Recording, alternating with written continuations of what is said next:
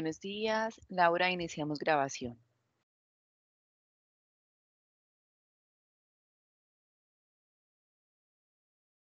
Buenos días, muchas gracias. ¿Me confirman si me escuchan, por favor? Sí, se escucha muy bien.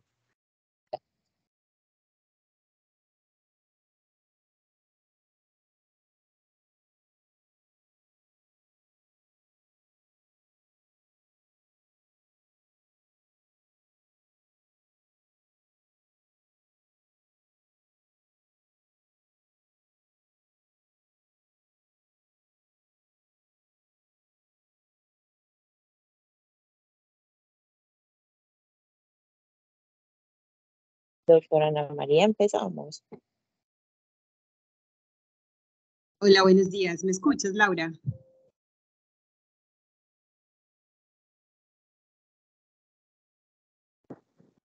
Laura, ¿me escuchas? Hola, profe, sí, dígame. Bueno, listo. Entonces, yo creo que voy a ir haciendo tu introducción mientras que las personas se conecten para que empieces con el seminario pues de manera oportuna, ¿te parece? Listo, profe, muchas gracias. Bueno, entonces muy buenos días para todos. Espero que hayan amanecido todos muy bien. Muchísimas gracias por aceptar la invitación a este seminario. Entre otras, a mí me tiene muy contenta porque hicimos un ejercicio,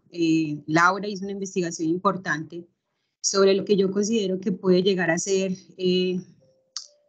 que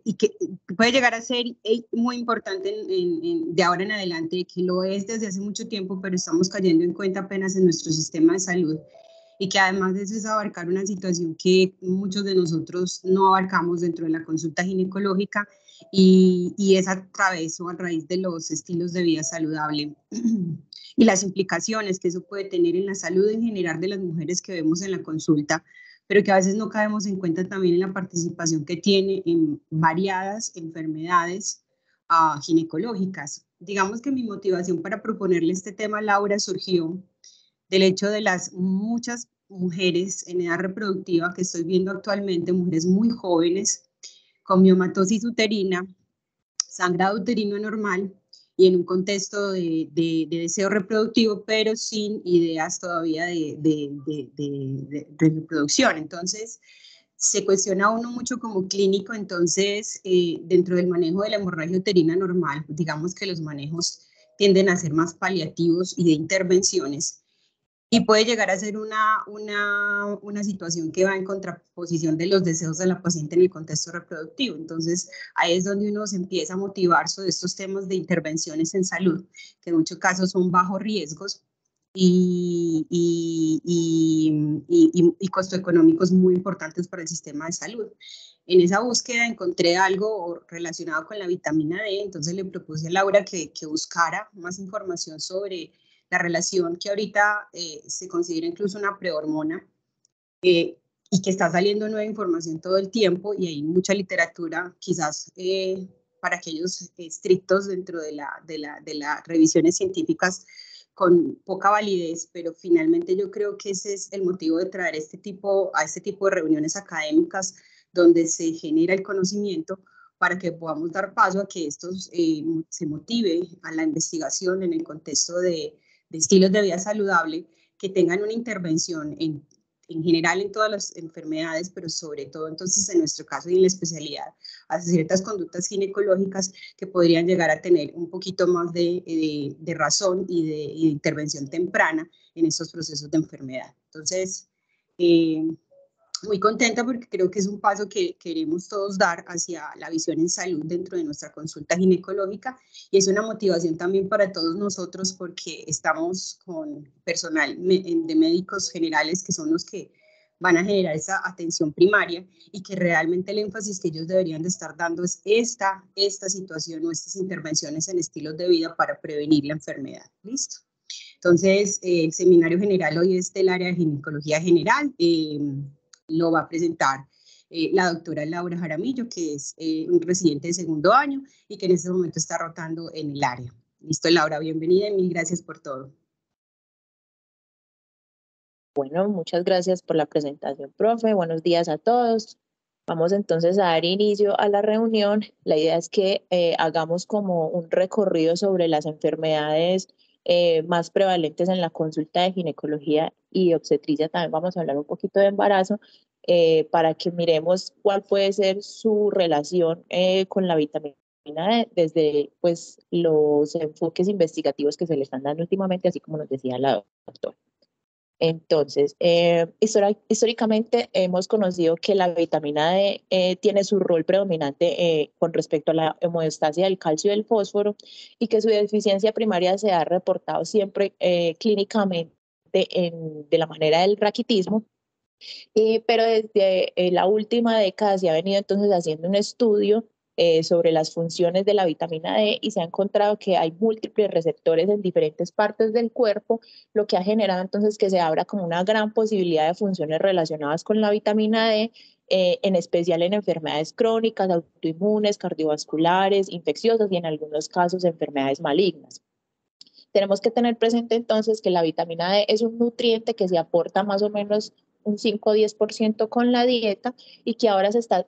considerando una prehormona, como nos decía la doctora, y esta se sintetiza a partir de la piel, a partir del colesterol en un 90 o 95%. Entonces miren que tiene un papel, o sea, la producción de vitamina D por parte de la exposición solar tiene un papel muy importante, y entonces esto va a jugar un punto de apoyo, pues como en la salud de la mujer, especialmente en su etapa de la vida reproductiva, que es donde tiene relación con el embarazo, y en la posmenopausia, pues porque ya sabes ampliamente el efecto que tiene la vitamina D en la homeostasia del calcio. Entonces, como les decía, ha pasado de ser solo una vitamina a ser una importante prohormona con diferentes efectos en muchos tejidos y en varios procesos fisiológicos. Entonces se cree que de sus múltiples funciones, aparte del metabolismo del calcio, se cree que la vitamina D entonces también regula la proliferación y la diferenciación celular, inhibe la angiogénesis, estimula la apoptosis, que también tiene funciones antiinflamatorias, debido a que regula la expresión de la ciclooxigenasa, y eso desempeña un papel importante en la síntesis de prostaglandinas a nivel de varios tipos celulares. Por tanto, entonces tiene esa función antiinflamatoria y también propiedades inmunomoduladoras. La prevalencia de la vitamina D puede ser más alta de lo que normalmente podríamos creer, inclusive en los países tropicales donde hay una mejor exposición solar, como vamos a ver más adelante. No necesariamente tener esa exposición solar por ambiente indica que todos vamos a tener niveles suficientes de vitamina D. Por lo tanto, entonces, esta deficiencia se está convirtiendo en una situación epidémica en el mundo que todavía no es bien reconocida, pero que con las investigaciones que se han venido dando en la última década, se ve que tiene importantes implicaciones en la salud de la población y podría contribuir como un factor de riesgo para múltiples enfermedades. Dentro de los reportes que hay en torno a este tema, entonces se tienen estimaciones que más o menos del 30 al 50% de los niños y adultos en Estados Unidos, Canadá, México, Europa y Australia tienen deficiencia de vitamina D. Y en un estudio que se hizo a nivel global del 2005 al 2006 se encontró más o menos que había una prevalencia en adultos del 41.6% de deficiencia de vitamina D, que en algunos países podría llegar a ser hasta el 80%, con una proporción más alta en las personas de raza negra e hispanos, debido a la coloración de la piel. El aumento de la melanina disminuye la penetración del rayo solar y por tanto disminuye esa producción endógena de vitamina D. Por lo tanto, entonces son pacientes con más riesgo de tener un déficit de vitamina.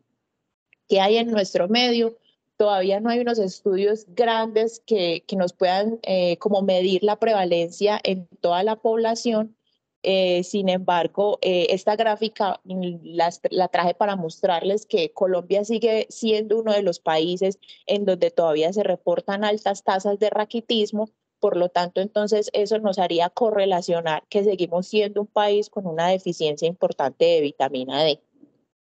En la revista colombiana de reumatología salió una investigación donde se estaba buscando precisamente esa prevalencia de insuficiencia de vitamina D, pero esta la hicieron en relación a las pacientes con osteoporosis. Y encontraron entonces que en Neiva había una prevalencia del 89%, en Cali del 53% y en Bogotá del 69%. En el estudio concluyeron que esas diferencias en cuanto a la prevalencia en las distintas ciudades de Colombia se consideraba que era debida a las condiciones climáticas de cada región y a los estilos de vida diferentes también que tenemos en cada región, como puede ser el grado de exposición solar, el tipo de vestuario que utilizan las personas, la alimentación y el uso de bloqueador solar. Entonces, miren que el hecho no solamente de ser un país en el trópico, que tenemos el solecito todos los días, no implica que toda la población va a tener unos niveles suficientes de vitamina D, porque todos estos factores que acabo de mencionarles pueden influir en esa producción endógena de vitamina D. Para que entendamos un poquito entonces más adelante cuáles son las funciones y cuáles pueden ser las acciones de la vitamina D dentro de los procesos fisiológicos, vamos a repasar un poquito cómo es el metabolismo de esa vitamina D. Como se los dije inicialmente, entonces las dos fuentes básicas son el 10% por dieta y el 90% corresponde a la exposición de la piel a los rayos ultravioleta, o sea, es el método pues, más importante para la producción endógena de vitamina D. Entonces, durante esa exposición solar a la luz ultravioleta, que tiene que ser a un rayo más o menos de 290 a 300 nanómetros, cuando penetra en la piel, el 7 de hidrocolesterol, entonces, que se encuentra ahí en la piel, hace esa primera conversión a previtamina D y a su vez rápidamente a vitamina D por unos procesos dependientes de calor. Sin embargo, esta vitamina D todavía no es activa. Para ella ejercer sus efectos fisiológicos debe convertirse a su forma activa. Por tanto, entonces, de la transportada por la proteína de unión a vitamina D a través de la circulación y llega al hígado, donde es convertida en la 25-dihidroxivitamina, que es el metabolito que circula con mayor cantidad en la sangre. Por lo tanto, es el metabolito con el cual deberíamos hacer la medición de los niveles en sangre pues, de un paciente. Esa 25-dihidroxivitamina entonces que se forma en el hígado todavía no es la forma hormonalmente activa, por lo tanto entonces nuevamente este metabolito es transportado hacia el riñón para ahí sí completar su proceso de activación en el túbulo proximal, donde se hidroxila y se convierte en 1.25-dihidroxivitamina, que es la forma hormonalmente activa y es la que tiene pues la mayoría de los efectos biológicos. Ahí en el riñón, por otras hidroxilaciones, se puede convertir en ácido calcitroico, que es la forma inactiva de la hormona y es la manera como la excretamos. En cuanto a los valores normales, como les comentaba entonces, la 25-dihidroxivitamina, que es la que producimos en el hígado, es la forma circulante más abundante que hay de los metabolitos de la vitamina D, por tanto, entonces es el mejor indicador para hacer la medición en sangre y obtener los valores normales. Por muchos años se creyó que los valores, que el valor normal de la deficiencia de la vitamina D dependía de esa asociación que tiene con el raquitismo. Entonces le daban valores de -8, -10 nanogramos por mililitro. Sin embargo, también hicieron pues como unas investigaciones con respecto al tema y encontraron que había una relación inversamente proporcional entre los niveles de 25-dihidroxivitamina y las concentraciones séricas de paratormona, y encontraron entonces que cuando había niveles de 25-dihidroxivitamina que no eran adecuados, pero que tampoco llegaban al raquitismo, se acompañaban de una elevación compensatoria de la PTH. Por tanto, entonces llegaron a la conclusión de que el estado óptimo de vitamina D era mucho más alto de lo que se consideraba inicialmente, y de ahí fue que se introdujo entonces el término de insuficiencia para describir entonces a aquellas personas que tenían unos niveles superiores a lo que determinábamos para el raquitismo, pero que todavía continuaban siendo niveles menores a lo que se necesitaría pues como para las funciones fisiológicas del cuerpo. Entonces, de ahí fue que surgieron pues, el término de insuficiencia. Y los valores normales que tenemos ahora son en relación más que todo a la parte del metabolismo del calcio y del fósforo, como lo hablábamos ahorita, es lo que principalmente se ha estudiado en relación a la vitamina D. Entonces, los valores están enfocados como a esto. Las diferentes asociaciones de endocrinología, entonces, se han puesto como de acuerdo en que los valores entonces los determinemos pues como en este punto de corte, que deficiencia sea cuando hay menos de 20 nanogramos por mililitro, insuficiencia es cuando hay entre 21 y 29 nanogramos por mililitro, y suficiencia es cuando hay entre 30 y 100 nanogramos por mililitro, y los niveles límites para intoxicación se consideran por encima de 150 nanogramos por mililitro. Es importante tener presente aquí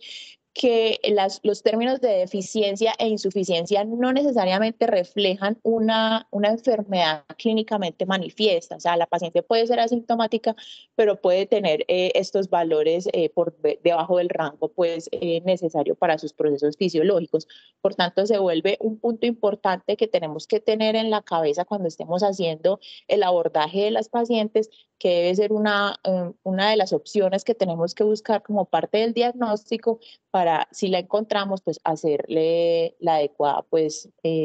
suplementación. Entonces, al hablar de deficiencia de vitamina D, entonces tenemos que buscar primero como cuáles son las causas, porque entender que no solo, su acción no solo está relacionada con el metabolismo mineral óseo y con el metabolismo del calcio y el fósforo, sino que también tiene efectos en múltiples tipos celulares y en diversos mecanismos. Entonces tenemos que entender que no solamente vamos a afectar la parte del huesito o de que va a ser un efecto importante solo en la menopausia. ¿Qué nos causa la deficiencia de vitamina D? Lo principal es entonces cuando hay disminución de esa producción endógena, que entonces se refiere ahí a la exposición solar y a la dieta. También puede haber por medicamentos y suplementos que pueden disminuir la biodisponibilidad de la vitamina D porque aumentan su catabolismo, entonces la convierten en la forma inactiva para poderla eliminar. Dentro de estos medicamentos se ha encontrado que los anticonvulsivos, los glucocorticoides, la rifampicina y algunos medicamentos de la terapia HART pudieran generar entonces deficiencias de vitamina D. Lo otro es la obesidad, porque en el tejido graso se almacena la vitamina D y también disminuye su biodisponibilidad pues, a nivel sanguíneo. Y en las personas que tienen enfermedades de Crohn, enfermedad de Whipple, enfermedad quística, todas esas enfermedades que pueden generar síndromes de malabsorción intestinal, también nos pueden disminuir esa capacidad de absorción de la dieta de la vitamina D y por tanto entonces generar esa deficiencia de vitamina D. Entonces, ¿cuáles son las consecuencias de tener esa deficiencia de vitamina D? Eso es lo que se ha venido estudiando en los últimos tiempos, y se ha encontrado que la parte neurológica puede tener repercusión en Alzheimer, enfermedades esquizofrénicas y trastornos afectivos bipolares de predominio tipo de depresión. También puede haber relación con las infecciones, hay aumento de la prevalencia de infecciones cuando hay deficiencia de vitamina D, y lo que se ha venido estudiando también mucho es su relación con las enfermedades crónicas como la diabetes, todo lo que tenga que ver con riesgo cardiovascular, con enfermedades autoinmunes, y como les decía ahorita, también hay una relación con cáncer que más adelante lo vamos a hablar. Entonces, esas causas de deficiencia, es tener presente que lo más grave y lo más grande es de no tener una adecuada exposición a la luz solar, que eso representa más o menos en una reducción de la síntesis de vitamina D entre un 98 a un 99%. O sea, miren que es prácticamente todo. Entonces, de la exposición solar depende mucho que las personas tengan unos niveles suficientes de vitamina D, y es pues es un manejo, es una acción que es económica, que pues nadie le cuesta nada salirse a solear, ¿cierto? Lo otro es la pigmentación de la piel, que como ya les dije, entonces las pacientes de tez morena tienen más déficit de vitamina D porque la penetración de ese rayo por ese aumento de la melanina pues disminuye esa penetración del rayo. Con la edad también se ha visto que más o menos a los 70 años el 75% de las personas tiene una reducción del 7-dihidrocolesterol, que es la primera enzima que hace ese cambio del rayo ultravioleta a previtamina D. Entonces, si no tenemos tampoco quien se encargue de hacer ese inicio en el metabolismo, pues tampoco vamos a tener la capacidad de hacer una producción endógena suficiente. Y lo otro depende como del medio ambiente, de la estación, la latitud, la hora del día, que refleja pues como los cambios en la onda del rayo ultravioleta, y pues también influye en si se absorbe o no para la producción endógena de vitamina D.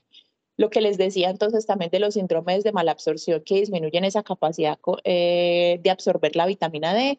la obesidad porque se reduce su biodisponibilidad por ese secuestro que hay en ese tejido graso y el incremento del catabolismo por los medicamentos que ahorita les mencionaba. Las fuentes de vitamina D entonces comprenden básicamente el pescado y los lácteos o cereales fortificados. Cuando uno le esté haciendo la recomendación a la paciente, también tiene que decirle que la manera en cómo prepara esos medicamentos también va a influir de manera significativa en cómo va, pues, el contenido que va a tener de vitamina D. Entonces, si esa paciente se come ese pescado frito, por ejemplo, va a reducir en un 50% el contenido de vitamina D. Por lo tanto, entonces yo también tengo que explicarle que no es solamente cambiar su forma de comer, sino también la forma de preparar el medicamento. Miren que de los fuentes que tienen más contenido de vitamina D podría ser el salmón, champiñones, el aceite de hígado de bacalao. Son alimentos que no tenemos dentro de la dieta como tal aquí en Colombia, y eso hace parte entonces que influya dentro de las características de por qué nuestra población, más del 50% de nuestra población, pueda tener déficit de vitamina D. La exposición solar que nos recomiendan, entonces, como les dije, entonces tiene que ser una longitud de onda de ese rayo de 290 a 315. Es la mejor estrategia para tener unas adecuadas cantidades de vitamina D porque representa el 90% de la producción endógena y además dura 2 veces más que la ingerida porque se almacena en ese tejido graso y queda como depósito para los momentos donde hay menos exposición solar, como puede ser en el invierno en los países pues, en los que pues, tienen estaciones. En cuanto al tiempo de la duración, entonces, que debe hacer una exposición de brazos y piernas más o menos de 5 a 30 minutos. Esto depende de la coloración de la piel, porque entonces, como les dije, las pacientes que tienen pieles oscuras necesitan entonces de 5 a 10 veces más exposición. Y recomiendan que sea más o menos entre las 10 de la mañana y las 3 de la tarde y que sea 2 veces por semana. Porque hacen pues como la comparación de que, por ejemplo, estamos bronceándonos con un traje de baño, ese eritema mínimo que se produce equivale a ingerir más o menos 20.000 unidades de vitamina D. Entonces, mirar la importancia de que solo con la exposición solar pues podemos mejorar y tener unos niveles suficientes de vitamina D para que se mejoren pues la mayoría de los procesos fisiológicos que ahorita vamos a hablar. Sin embargo, hay unos factores que afectan negativamente la producción endógena de vitamina D y por ende pues son como indicación de aumentar el tiempo de exposición solar. Entonces, entre ellos incluyen lo que ya les he venido mencionando, la piel oscura, la capa de ozono, la polución, la nubosidad, la actitud, el uso de protectores solares, la edad, todo lo que hemos mencionado. Entonces, en estos pacientes se considerarían factores de riesgo para tener deficiencia de vitamina D y habría pues como que hacer esa suplementación. Cuando hablamos de suplementación hablamos de mejorar alimentación y mejorar exposición solar, no estamos hablando de suplementación farmacológica.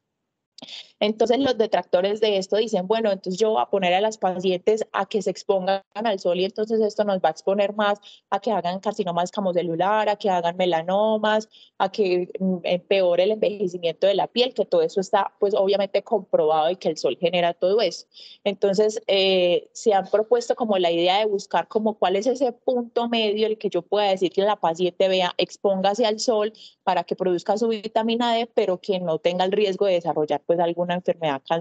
cancerígena de piel. Entonces la Fundación Cáncer de Piel Colombia hizo una investigación donde ellos entonces decían, vea, es que la mayoría de la gente utiliza su protector solar y ese factor de protección solar pues tiene unos filtros y dependiendo del número que se utilice, pues eso va a filtrar el número de rayos solares. Entonces el 15 filtra el 93%, los que son al 30 filtran el 97% y los que son al 50 filtran un 98%. Entonces ellos dicen, bueno, siempre va a quedar de un 2 a un 7% de los rayos que van a llegar a la piel y que pudieran ser suficientes para la síntesis de vitamina D. Entonces concluyen que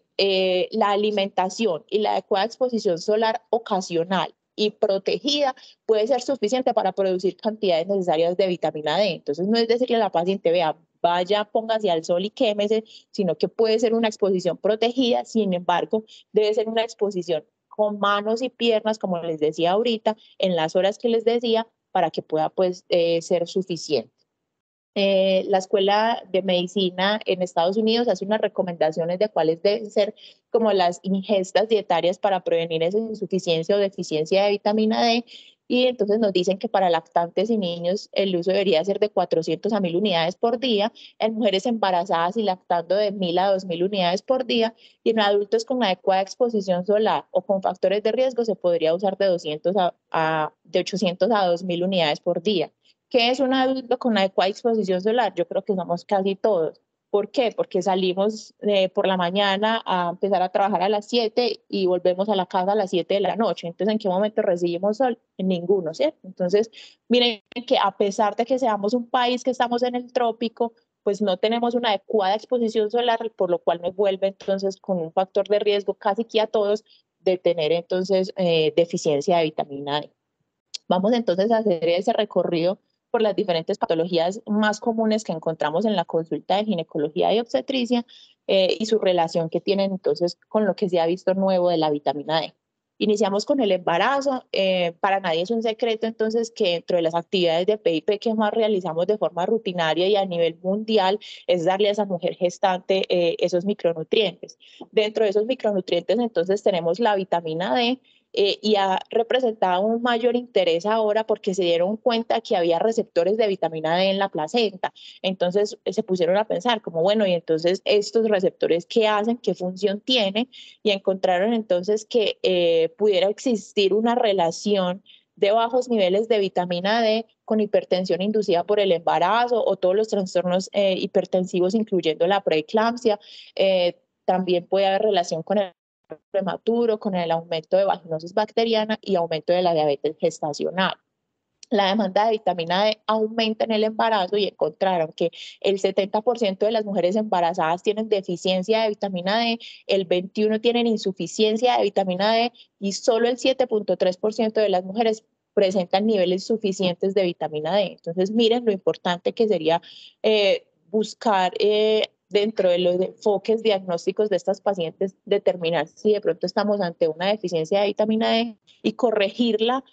con solo cambios en el estilo de vida y mejor exposición solar para que esa paciente tenga una mayor producción endógena de su vitamina D. Entonces, al encontrar que era tanta la deficiencia, entonces se pusieron a mirar a ver como cuáles pudieran ser las consecuencias y encontraron entonces en un estudio que la vitamina D aumentaba TH2 y disminuía la expresión del receptor similar a la tirosinquinasa 1 y factor de crecimiento endotelial que están elevados siempre que hay una asociación con la preeclampsia. Entonces, el hecho de que la vitamina D disminuya estos niveles puede jugar como un papel protector en el embarazo, pues para evitar pues como la preeclampsia. También encontraron que inhibe la función de las citoquinas inflamatorias como la interleuquina 2, el interferón gamma y el factor de necrosis tumoral, y que también podrían ser puntos claves a la hora de mirar la fisiopatología de la preeclampsia y el parto pretérmino, donde influyen como todos estos cambios inflamatorios. Entonces, hicieron un metaanálisis donde encontraron que efectivamente la vitamina D durante el embarazo se asociaba con un menor riesgo de preeclampsia. Sin embargo, pues referían que se necesitaban unos estudios clínicos más grandes, mejores diseñados para poder definir bien estas asociaciones. Por tanto, entonces la Organización Mundial de la Salud todavía no hace pues como la recomendación de que se debe hacer esta suplementación durante el embarazo, pero tampoco lo descarta y dice que hay unos estudios grandes que están en progreso y que pueden más adelante modificar los hallazgos y las conductas que tenemos con las pacientes durante el control prenatal. En cuanto al parto pretérmino, entonces también encontré ese estudio donde pues hacían pues como la comparación o el análisis de la vitamina D con el respecto al parto pretérmino y encontraron que el parto prematuro se disminuía en un 60% cuando los niveles de vitamina D estaban por encima de 40. Miren entonces que aquí el punto de referencia es 40 y cuando hablábamos de osteoporosis es 30. Por eso les decía que esos niveles eran de en relación con el metabolismo del calcio, pero para las otras enfermedades de pronto pudieran ser más altos, como lo encontraron pues en este estudio, que debería estar por encima de 40. Y sugirieron entonces que las pacientes que tuvieran deficiencia de vitamina D, pues como un efecto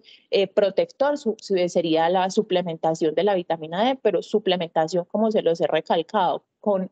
cambios en la alimentación y mejor exposición solar. No necesariamente tiene que ser suplementación farmacológica. Este metaanálisis entonces también estaba mirando la asociación de la vitamina D con en qué momento de todo el embarazo se podría estar asociando a riesgo de parto pretérmino, y encontraron que al principio y al final del embarazo pareciera que no tuviera relación, pero que en la segunda mitad del embarazo pudiera tener un efecto importante sobre el parto prematuro, y que se debe entonces medir los niveles y si es necesario pues hacer la suplementación. ¿Y por qué pasa esto? Que porque también se encuentra que hay más aumento en los riesgos de infecciones, de vaginosis bacterianas y esta coriomionitis, lo cual puede generar entonces que se produzca todo este síndrome de parto pretérmino. Ya entrando como tal entonces en la adolescencia, en la consulta ginecológica, empezamos entonces con las adolescentes. También encontré un estudio en Turquía que pues definía que la deficiencia de vitamina D se encontraba más en las mujeres y que era en un grupo especial de las adolescentes, y que encontraron que a medida que la mujer iba avanzando en edad iba aumentando esa deficiencia de vitamina D, y que se asociaba más a las que tenían sobrepeso y obesidad, y todo esto era porque las mujeres allá en esos países del Medio Oriente son como más relegadas al hogar, tienen menos actividades al aire libre y por tanto una exposición reducida a la luz solar, entonces una disminución de la producción endógena, además de su vestimenta. Entonces todo esto genera que las mujeres allá tengan una deficiencia más marcada de vitamina D en cuanto a los hombres. Sin embargo, en general, en toda la población, pues 10 niños y adultos que estudiaron encontraron que el 40% tenían niveles por debajo de 20 nanogramos por mililitro, que se correlacionaba con la adiposidad de manera inversa, como ya lo hemos comentado, pero que tenía una correlación directa cuando tenían niveles de vitamina D. Eso era un punto positivo porque entonces era un adolescente con una actividad física más vigorosa, que tenía mejor salud cardiovascular y menos riesgo de hacer un estado depresivo. Entonces decían que los ginecólogos pudieran ser entonces los médicos que inicialmente vean a estas pacientes desde la consulta por alteraciones en la menarca, por alteraciones en el desarrollo, por infecciones vaginales o ginecológicas recurrentes. Entonces proponían pensar que dentro de ese abordaje diagnóstico de esas adolescentes, entonces deberíamos descartar esa posibilidad de déficit de vitamina D para de pronto así mejorar un poquito como la condición de salud de esas pacientes, y si era necesario pues hacer esa reposición. En cuanto a la fertilidad, bueno, aquí esto se ha empezado a estudiar es porque también encontraron que varios receptores de la vitamina D se encontraban presentes en órganos, tejidos y células reproductivas, tanto masculinas como femeninas, porque encontraron que había receptores de vitamina D en el hipotálamo, en la hipófisis, en los ovarios, en el endometrio, en la placenta. En los hombres estaban los testículos y en las células encargadas de la espermatogénesis. Entonces se dieron cuenta pues que estos receptores estaban ahí, pues que tenían que tener alguna función. Hicieron entonces pruebas bioquímicas y encontraron que había un aumento en la producción de hormonas esteroideas,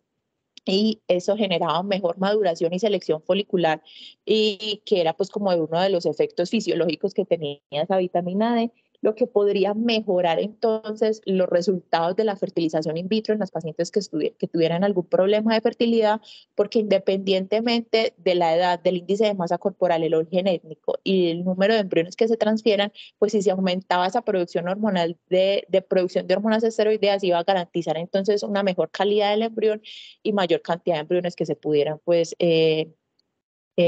transferir. Y encontraron que por cada aumento de 2.5 nanogramos por decilitro de los niveles de vitamina D, la proporción de nacidos vivos aumentaba en un 2%, que esto pues es algo importante en las pacientes pues que están buscando un embarazo. Y que la vitamina D entonces aumentaba la supervivencia del folículo, sostenía la producción de la hormona antimuleriana y mejoraba el crecimiento del folículo. Entonces, y eso también pues son puntos a favor de que en la paciente que estamos teniendo en la consulta de fertilidad, pues también deberíamos tener en mente la medición de los niveles de vitamina D, que eso nos podría mejorar una parte de la salud reproductiva de esa paciente. No quiere decir que con eso se vaya a embarazar, pero pues son pequeños pasos que se pueden dar para lograr tener a la paciente en las condiciones de salud adecuadas para que logre su embarazo. Este es otro estudio, entonces, donde mostraron que las mujeres embarazadas que tenían embarazos normales tenían niveles de vitamina D suficientes, que las mujeres que tenían más abortos espontáneos era porque también tenían deficientes o insuficientes niveles de vitamina D, y las mujeres con niveles suficientes de vitamina D tenían 4 veces más éxito de tener una fertilización in vitro positiva que las mujeres que tenían niveles bajos. Y encontraron entonces que eso se debía porque se afecta como tal el endometrio y no el ovocito, entonces las tasas de embarazo fueron más bajas en las pacientes receptoras que tenían déficit de vitamina D porque no tenían un adecuado endometrio como para que se pegara pues ese ovocito. Entonces, en conclusión, decían que los estados repletos de vitamina D menos de 30 se asocian con tasas de embarazo más bajas en las pacientes que eran receptoras de donación de óvulos, por lo que les decía pues del endometrio. Relacionado entonces con la fertilidad viene en conjunto lo de la endometriosis. En cuanto a la endometriosis, todavía no hay unos estudios grandes, la mayoría son estudios observacionales que simplemente nos están diciendo como qué es lo que se ha visto y qué se ha encontrado, pero no hay unos estudios, ensayos clínicos que todavía pues nos den como unas características claras sobre el efecto de la vitamina D y la endometriosis. Sin embargo, lo que se ha encontrado hasta ahora pues es un punto de partida para seguir estudiando esto. Entonces, encontraron que la expresión de los receptores de vitamina D y la 1-hidroxilasa fue mayor en el endometrio y en los ovarios de las mujeres con endometriosis en comparación con las mujeres sanas, que las mujeres que tenían niveles mayores de 25 de hidroxivitamina tenían un 24% menos de riesgo de desarrollar endometriosis que las mujeres que tenían niveles más bajos. Y en un estudio en Japón también informó que niveles bajos de vitamina D se presentaban en mujeres con endometriosis severa cuando lo compararon con pacientes sanas o con pacientes con endometriosis más leve. Entonces, por ahora, son solo observaciones, necesitamos estudios más grandes, pero pues es una puerta de entrada. Esto también entonces nos lleva a otra consulta muy importante, a otra patología muy importante en la consulta ginecológica, que es el síndrome de ovario poliquístico. Se ha encontrado la asociación de que el 73% de las pacientes que tienen ovario poliquístico tienen una deficiencia de vitamina D. Y esto es importante porque la prevalencia del ovario poliquístico es más o menos del 5 al 20% de las mujeres en edad reproductiva, entonces representa como tal una verdadera morbilidad. Pero aquí es importante tener presente una cosa, y no es que la deficiencia de vitamina D me vaya a dar ovario poliquístico, no, es la paciente que tiene poliquístico, que asociado tiene una deficiencia de vitamina D, esta paciente entonces tiene más riesgo de alterar pues la función reproductiva, de tener alteraciones metabólicas y de tener alteraciones en la salud mental. Entonces, no es que la deficiencia de vitamina D me produzca ovario poliquístico, sino que las que lo tienen en combinación, pues pueden tener una enfermedad un poquito más mórbida y un poquito más, pues, más notoria y más sintomática en cuanto a la salud reproductiva y a las alteraciones metabólicas. Entonces encontraron que tener niveles suficientes de vitamina D disminuía los valores séricos de andrógenos, disminuía el grosor del endometrio y que tenía efectos positivos sobre el ciclo menstrual. Entonces se pusieron a buscar y encontraron que la probabilidad de ovulación se correlacionaba con los niveles de vitamina D. Entonces encontraron que cuando había niveles por menos de 20 nanogramos por mililitro, la probabilidad de ovulación era del 68%, que cuando estaba entre 20 y 30 la probabilidad de ovulación era del 77% y que cuando estaba por encima de 30 era más del 78%. Entonces miren que es una manera costo efectiva de ayudarle a las pacientes, es como es coadyuvante al tratamiento, no quiere decir que solo con esto la paciente vaya a ovular, no, pero sí nos ayuda a mejorar esas condiciones de salud de la paciente y con una simple mejoría en la exposición solar y con la adecuada alimentación. Entonces es como un tratamiento coadyuvante que nos puede mejorar las condiciones reproductivas de la paciente. En este metaanálisis confirmaron que de verdad había una alta prevalencia en las pacientes que tenían síndrome de ovario poliquístico y vitamina D, y encontraron que esa asociación hacía entonces que esas pacientes fueran más propensas a tener alteraciones en la glicemia, alteraciones metabólicas, todo lo que tiene que ver en relación con ese síndrome metabólico y el ovario poliquístico. Entonces encontraron entonces que la evidencia que reportaban todos estos ensayos clínicos y estudios observacionales que se evaluaron en este metaanálisis sugería entonces que la suplementación con vitamina D podría ser beneficiosa para el desarrollo folicular y la regulación del ciclo menstrual en esas pacientes con síndrome ovario poliquístico. Entonces es tenerlo en mente y que esté siempre pues como dentro de nuestro enfoque diagnóstico de las pacientes con ovario poliquístico que son tan refractarias al tratamiento, pudiéramos buscarle sus niveles de vitamina D y tratar de corregirlos, a ver si así podríamos mejorar la salud y la condición de salud pues, de esa paciente. Esto nos lleva entonces a hablar de todo lo que tiene que ver con alteraciones metabólicas y con esto lleva a su vez pues, el riesgo cardiovascular. Entonces encontraron que la deficiencia e insuficiencia de vitamina D aumentaba el riesgo de tener diabetes tipo 1 y tipo 2. ¿Y esto por qué? Porque también encontraron que había receptores de vitamina D en las células beta del páncreas. Por tanto, entonces, esto se asociaba a los niveles bajos, se asociaban a una disminución de la secreción de insulina, por tanto, entonces, mayor riesgo de sufrir de diabetes. Y proponen entonces que una adecuada exposición solar disminuía en un 30% el riesgo de desarrollar diabetes tipo 2. ¿Y esto por qué? Porque el estímulo entonces adecuado, con unos niveles adecuados en los receptores de esas células beta por parte de la hormona activa, aumentaba la síntesis y la secreción de insulina y además mejoraba la sensibilidad de la insulina en los tejidos blancos. Entonces, vieron pues que está como esa asociación en todo lo que tiene que ver con el riesgo, con la alteración de la glucemia y la alteración metabólica con relación al páncreas. Entonces, también es un punto de partida para que lo tengamos presente a la hora de hacer el abordaje de estas pacientes. En cuanto al riesgo cardiovascular, pues también se ha empezado a estudiar porque también encontraron receptores en los cardiomiocitos, en las células endoteliales y en otras células del sistema cardiovascular, y entonces pues se pusieron a buscar como cuál pudiera ser la función de estos receptores en estas células. Hasta el momento se han hecho estudios bioquímicos, todavía no tenemos estudios en vivo, son estudios in vitro, donde se ha encontrado que fisiológicamente la vitamina D reduce la inflamación asociada con la aterosclerosis, que controla varias metaloproteínas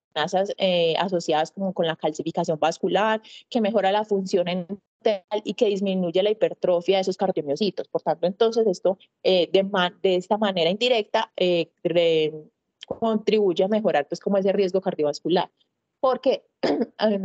la ingesta alta de vitamina D reduciría entonces de manera significativa la dureza de esas paredes arteriales y por tanto pues disminuiría las presiones arteriales. Otro efecto que han encontrado entonces de la vitamina D también in vitro es que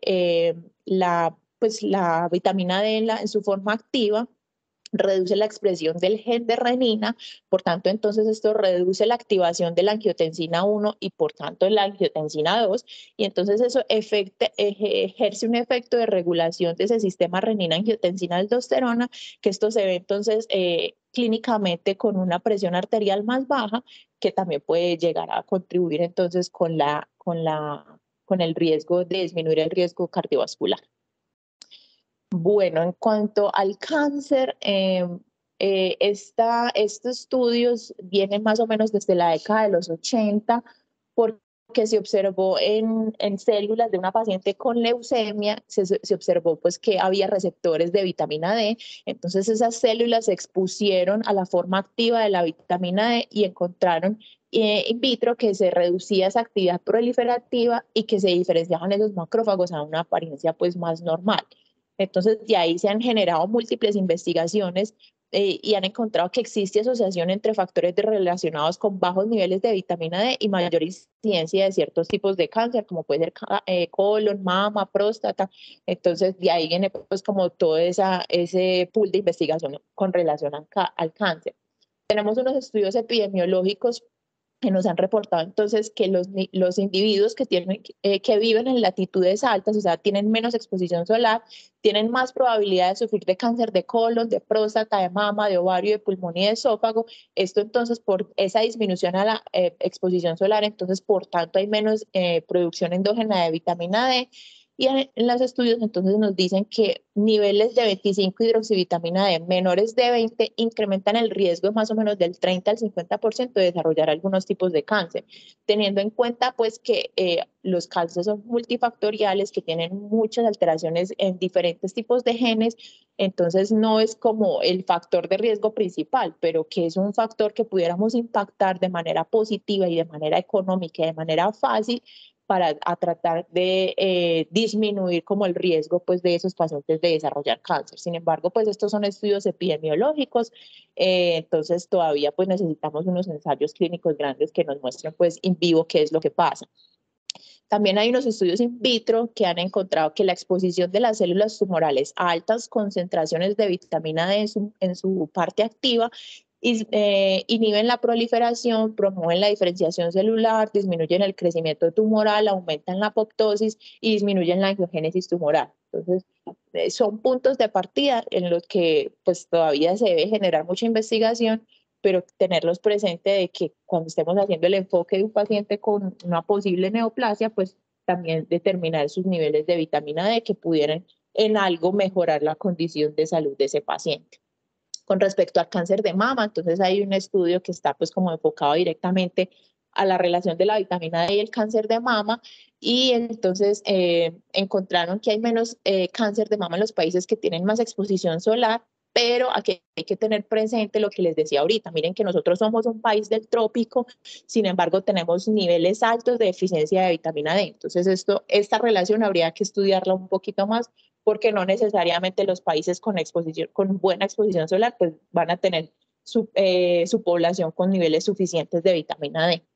En este estudio entonces también nos reportan que niveles aumentados o normales de vitamina D disminuyen el tamaño y la diferenciación celular, como ya se vio de manera in vitro en los otros estudios, y que la forma activa de la vitamina D puede inducir cambios morfológicos asociados a la apoptosis de las células de cáncer de mama, que los metabolitos activos de la vitamina D también pueden regular la expresión de algunos oncogenes y de varios factores del crecimiento como el factor de crecimiento epidérmico y el factor similar a la insulina, que pueden estar pues, relacionados con algunos tipos de cáncer. Y encontraron entonces que se reducía la incidencia por encima del 50% cuando las pacientes tenían niveles superiores a 52. Entonces vuelve y juega, mire lo de los valores. Para cáncer entonces nos dicen que el valor suficiente debe ser mayor de 50. Entonces, por tanto, con esos valores normales tenemos que jugar mucho dependiendo pues como la entidad a la que nos estemos relacionando. De eso todavía se necesitan más estudios, pero por ahora pues se han encontrado estas asociaciones y es un punto de partida y es un punto positivo para seguir estudiando. Este estudio entonces nos mostraba que, pues, qué era lo que se había estudiado antes y qué es lo que hay ahora en relación a vitamina D y cáncer. Ellos hacían la aclaración que ellos entendían que esto era multifactorial y que había muchos genes que pudieran estar afectados. Por tanto, entonces hacen como la relación en lo que hubo viejo y lo que hubo nuevo y que todavía se sigue manteniendo. Y es que la vitamina D entonces desencadena acciones consistentes con la prevención del cáncer en las células mamarias, que esos receptores se expresan diferencialmente durante la determinación del linaje de esas células mamarias cancerígenas, y que los cambios genéticos y epigenéticos que en el receptor de la vitamina D pueden alterar las respuestas de la vitamina como tal en el cáncer de mama, y hacen la recomendación que se debe corregir los niveles o la deficiencia de vitamina D en las pacientes que ya tienen cáncer de mama. Y para hablar entonces de lo de los fibromas uterinos, pues que era como lo grande y lo que queríamos hablar pues en la charla, tener en cuenta entonces que son los tumores pélvicos más comunes que hay en las mujeres, que son dependientes de estrógenos y progesterona, y esto es importante porque ahí es donde hace el efecto la vitamina D. Tener presente entonces que la prevalencia, como nos decía la doctora Ana ahorita, ha venido aumentando y ya eso no es una patología de mujeres ya en edad avanzada, sino que lo estamos viendo en mujeres jóvenes en general, más o menos de un 10 a un 20% de la población joven pudiera tener miomas. Después de los 40 años, el 40% de las mujeres pueden tener miomas, y después de los 50 hasta el 70% de las pacientes pueden tener miomas. Entonces esto es importante porque entonces miren que es una patología que puede estar en todo el ciclo de vida de la mujer, que tiene efectos incuestionables sobre la calidad de vida de la paciente porque puede generar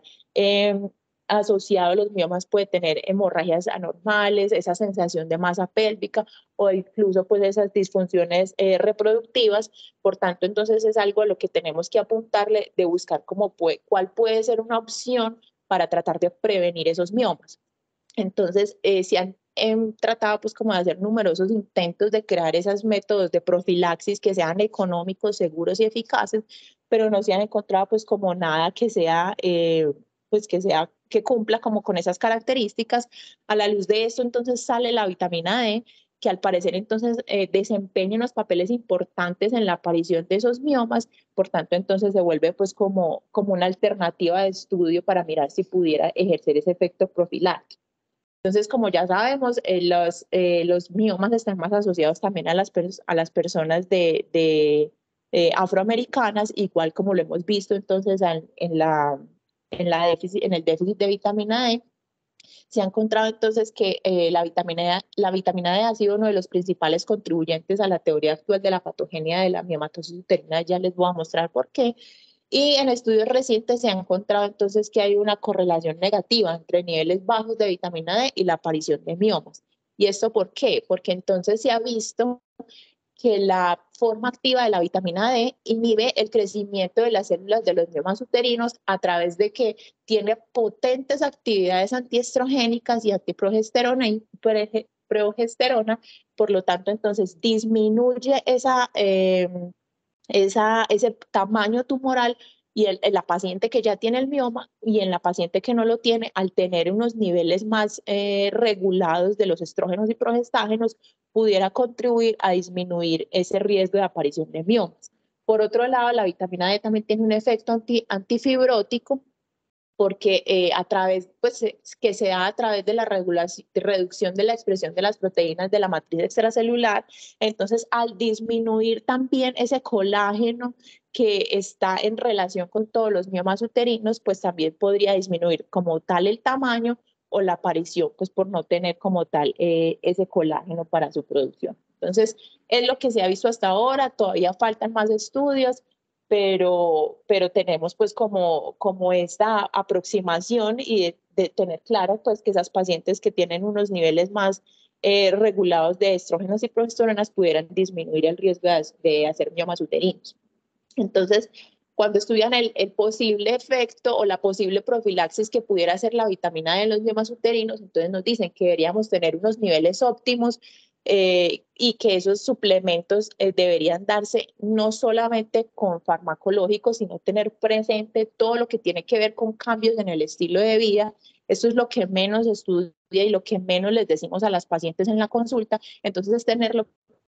Es que miren que el 90% de la producción de la vitamina D la vamos a tener con el sol y el sol no nos lo cobra nadie. Entonces es decirle a esta paciente que haga una exposición protegida al sol, como lo hablábamos anteriormente, para que pueda tener unos niveles adecuados de vitamina D y esto en cierta manera nos pueda servir como un factor protector para los fibromas uterinos. Mucha gente pues, tiene como cree pues como en el poder beneficioso de la vitamina D, no solo como para enfermedades puntuales, sino también como para la salud en general, aunque esto todavía pues no tenga como una información científica que lo valide, pues la información que tenemos hasta ahora yo considero que es un punto que nos debe dar como la referencia y la partida de que pues si estos receptores están en todos estos tipos de células y están alrededor pues como de tantos procesos fisiológicos, pues de alguna cosa tiene que servir, ¿cierto? Bueno, y para concluir entonces, entender que llevarnos a la casa es que saber que la deficiencia de la vitamina D es una situación más frecuente de lo que creemos y que por ende debe buscarse, prevenirse e intervenirse de una manera prioritaria, que los informes y los estudios que tenemos hasta ahora pueden estar cambiando las ideas sobre el estado óptimo de vitamina D y el papel que desempeñan en la salud tanto reproductiva como de enfermedades crónicas a lo largo de todo el ciclo de vida de la mujer. Entonces es tenerlo presente de que eso está ahí y entender que la vitamina D no es que sea la panacea y me sirve para todo, sino que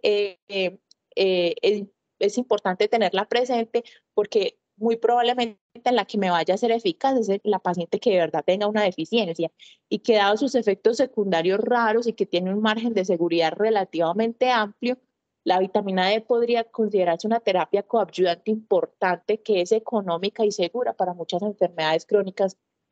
a lo largo del ciclo de vida de las pacientes. Obviamente necesitamos estudios grandes y bien diseñados para poder mirar pues esto bien más a fondo, pero como les he dicho, pues es un punto de partida. Y una intervención grande a nivel de salud mundial es que se haga como esa suplementación con estilo de vida y exposición solar a esas personas que tienen grupos, que son de grupos de riesgo, que tienen factores de riesgo para tener deficiencia de vitamina D, y lo otro sería entonces que se haga un enriquecimiento sistemático de los alimentos para disminuir ese déficit de vitamina D tan grave que tenemos a nivel Colombia y pues a nivel mundial, como se los mostré al inicio de la presentación. Y bueno, esto era todo lo que tenía para traerles hoy. No sé si la doctora tiene algo más para contarnos o alguien tiene alguna pregunta.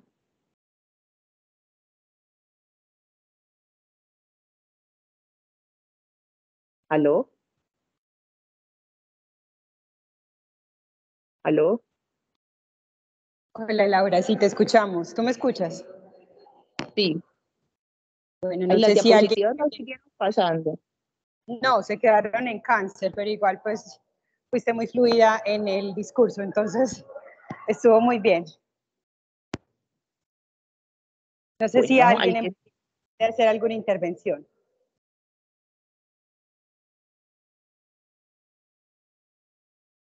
Bueno, yo creo que Laura fue muy clara, pues como en el mensaje específico que queríamos con este seminario. En general, yo creo que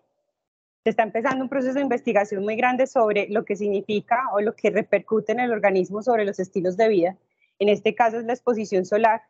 y la relación que tiene tan importante con la vitamina D, y estamos empezando a encontrar hallazgos. Que falta por descubrir o falta evidencia científica no quiere decir que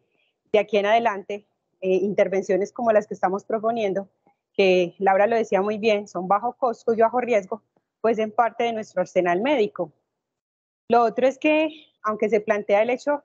de que de pronto una tamización de niveles de vitamina D es importante, pues también es complejo porque finalmente no tenemos la relación de los niveles adecuados y aceptables para muchas de las patologías que Laura describió. Entonces, la recomendación en el fondo es evaluar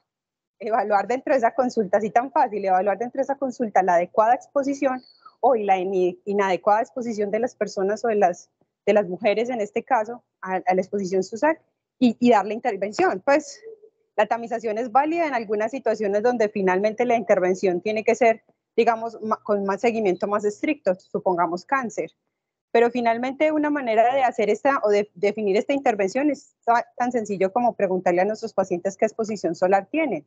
¿cierto? Y desde obviamente ojalá un proceso preventivo desde el inicio del ciclo reproductivo de esta mujer. Y de esa manera podemos implementar la intervención sin hacer tamizaciones y mucho menos, no se trata de hacer intervenciones farmacológicas. A Laura, muchas gracias por la preparación y el esfuerzo que hiciste pues para este seminario, y espero, no sé, si hay más preguntas o si no, pues damos por terminado.